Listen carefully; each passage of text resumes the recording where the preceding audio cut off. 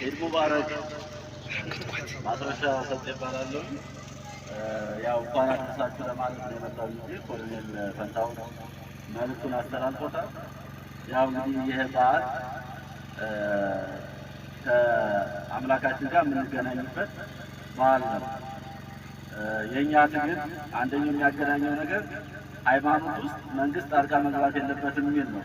አትከፋፍሉን የሚል ነው። መነሻችን ወለጋ ውስጥ የታረዱት የነ አይሻ መሐመድ ልቅሶ ነው። ወላሂ ሁለተኛ አማራ መንግስት እያለች የታረደች። ስለዚህ በሃይማኖት ውስጥ ሰርገው እየገቡ ሊከፋፍሉን የሚፈልጉትን መታገል ያስፈልጋል። ለሀገራችን መታገል ያስፈልጋል። እንግዲህ ሃይማኖት ቢዝነስ ያደረጉን እንዳሉ እያየን ነው። ሶሻል ሚዲያው ላይ ሲስተዳደቡ ሲነታረቁ ነው የምናያቸው። የራሳቸው ጉዳይ። ይሄ እስልምናና ክርስትና ግን አብሮ የኖረ ሃይማኖት ስለሆነ በትንሽ አጀንዳ ተሸካሚዎች መሸወድ የለብንም። ያንን የኖረ ሃይማኖታችንን አጽንተን መቀጠል አለብን። ማንም ሰው ቢሆን ነፃ አውጪም ቢሆን መንግስትም ቢሆን ማንኛውም የታጠቀ አካል በሃይማኖታችን ውስጥ ገብቶ ሊያዝዝ ሊፈተፍት አይገባም ማለት ነው። ሰው መታገል ሁሉንም ነው።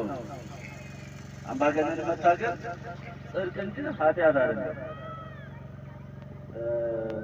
ሌላው እንግዲህ ሃይማኖታችሁን ስታከብሩ አቅመ ደካሞች ይኖራሉ፣ የታሰሩ ይኖራሉ፣ የታረዙ ይኖራሉ። እነሱንም በማክበር ይህንን አንድ ወር ሙሉ ስትሰሩ እንደነበር በዓይናችን አይተናል።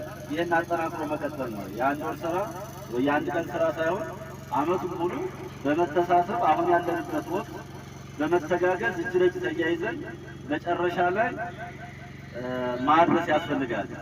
አንዱ አንዱን መጎተት፣ አንዱ የአንዱ እንቅፋት መሆን አያስፈልግም።